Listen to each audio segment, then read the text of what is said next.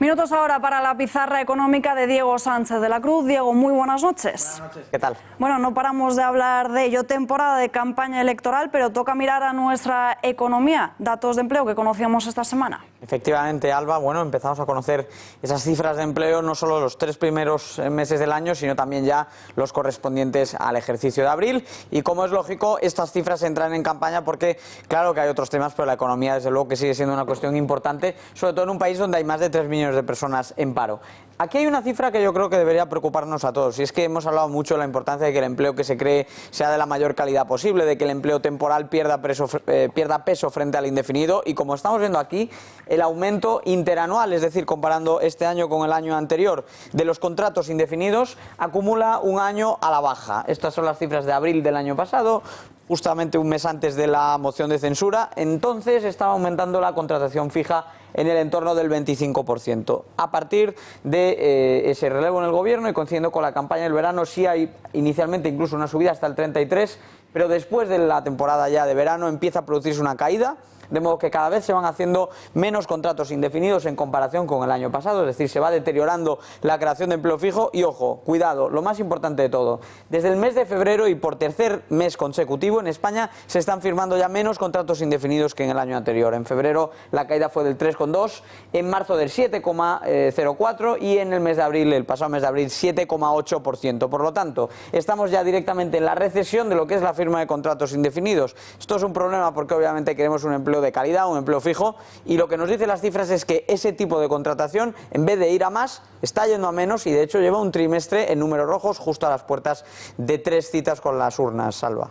Bueno, tras el 26 de mayo puede ser que muchos ayuntamientos cambien de color, pero el que ya lo ha hecho ha sido la Junta de Andalucía el pasado mes de diciembre. Ayer en este informativo hicimos un pequeño balance de estos meses desde que el Partido Socialista salió de las instituciones, pero profundicemos en los datos. Sí, efectivamente, ya lo comentabais aquí a lo largo del día de ayer, pero tenemos algunos datos muy importantes porque, bueno, se cumplen esos 100 días del pacto de gobierno entre el Partido Popular, Ciudadanos y ese apoyo parlamentario que presta Vox. Y hay algunas cifras que es importante que conozcamos porque la verdad es que en Andalucía están pasando algunas cosas que probablemente son buenas para el rumbo de la economía. Quizá lo más interesante es lo que ha pasado en el empleo. Si nos fijamos en la EPA de los 3 primeros meses del año, es decir, de enero a marzo, vemos que el año pasado, en ese mismo periodo, se destruyeron 145.000 empleos. Sin embargo, este año 2019, en ese mismo periodo, se crearon 15.000, es decir, Andalucía en los 3 primeros meses del año pasa de romper esos 145.000 contratos, de cancelar esos 145.000 empleos fijos,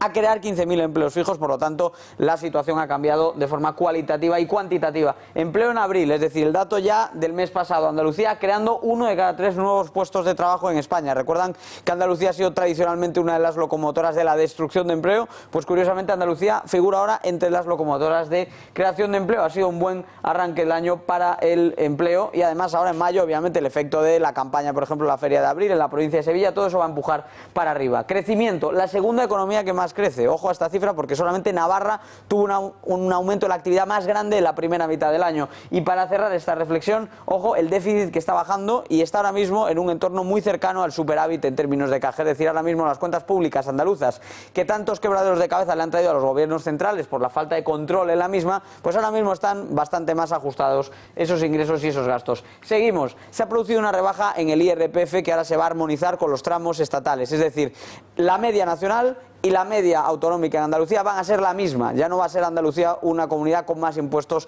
que la media. Eso sí, también hay que decirlo, la rebaja de impuestos que había pedido Vox era de 1.000 millones, la que han aprobado Partido Popular y Ciudadanos es de 150 millones. Por lo tanto, se pueden bajar más esos impuestos y vamos a ver si el acuerdo de gobierno avanza en esa dirección. Hay una nueva tarifa plana para los autónomos de Andalucía que van a pagar 60 euros durante 2 años en vez de 1 año si se dan de alta como trabajadores por cuenta propia, y además para los jóvenes serán de 30 euros, al igual que para los trabajadores de zonas rurales. Se han desbloqueado 6.000 millones de euros de inversión privada que están ahora mismo trabados en las instituciones por requisitos medioambientales que no son graves, que no tienen nada que ver con situaciones de emergencia, la conservación del medio ambiente, y que están ahora mismo ahí pendientes de invertir. Pues bueno, todo eso se va a desbloquear y eso es importante porque porque puede crear alrededor de 100.000 empleos, es decir, el 10% de la fuerza laboral. Y, por otro lado, la supresión de entes públicos ha empezado a avanzar. Ya veíamos, por ejemplo, como en el empleo dedicado a tareas de atención a víctimas de violencia de género, la mitad de los trabajadores no estaban colegiados, y como en otras fundaciones, pues no llegaba ni al 10% el número de trabajadores que eran efectivamente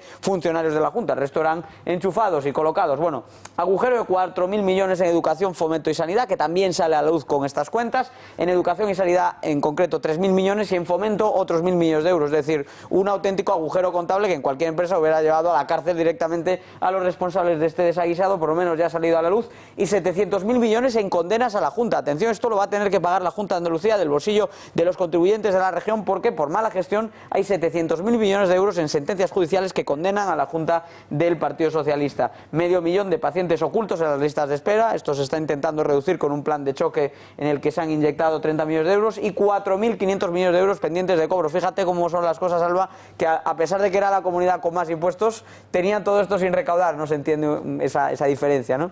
Bueno, datos que nos deja el Partido Socialista en Andalucía. Hablando de este partido, ¿cuál es el coste de la armonización fiscal del mismo? Bueno, se habla mucho de la armonización fiscal últimamente en España, ¿no? Se dice el presidente Pedro Sánchez que si queremos un estado de bienestar de primera, no podemos tener unos ingresos de tercera. Pero, ¿qué significa eso? Es decir, si recaudásemos como el resto de Europa, ¿qué supondría la práctica para un trabajador? Aquí hemos preparado cuál es la distancia, aquí les mostramos cuál es la distancia entre la Unión Europea, la barra azul, y España, la barra roja, en los distintos impuestos que se aplican. Por ejemplo, consumo. Pueden ver que la barra azul está muy por encima de la barra roja. ¿Qué significa eso? Que si queremos armonizarnos con el resto de Europa, si queremos tener tantos impuestos como tienen en el resto de países europeos, tendríamos que subir el IVA, que creo que no es una medida precisamente muy popular. Pero si queremos ser, comillas, más europeos con nuestros impuestos, comillas, entonces tenemos que subir el IVA y tenemos que subirlo un 30%. Es decir, le quitaríamos a cada español de media 300-400 euros en su gasto al subir la fiscalidad sobre el consumo. Esto es lo que significa la armonización. Otro ejemplo, trabajo de los empleados y en concreto de los no empleados. ¿Pueden ver esta brecha de aquí? Bueno, esto significa que habría que subir el IRPF de media a los trabajadores en activo 500-600 euros y, ojo, a los pensionistas también habría que subirles el IRPF, porque en España pagan menos IRPF los pensionistas que en el resto de Europa. Entonces, si queremos armonización, Dios me libre a mí de quererla, pero si queremos armonización toca subir el IVA, toca subir los impuestos a las rentas medias y bajas y toca subirle los impuestos a los pensionistas. Y curiosamente, se habla mucho de armonización. ¿Saben qué impuestos no tocaría armonizar?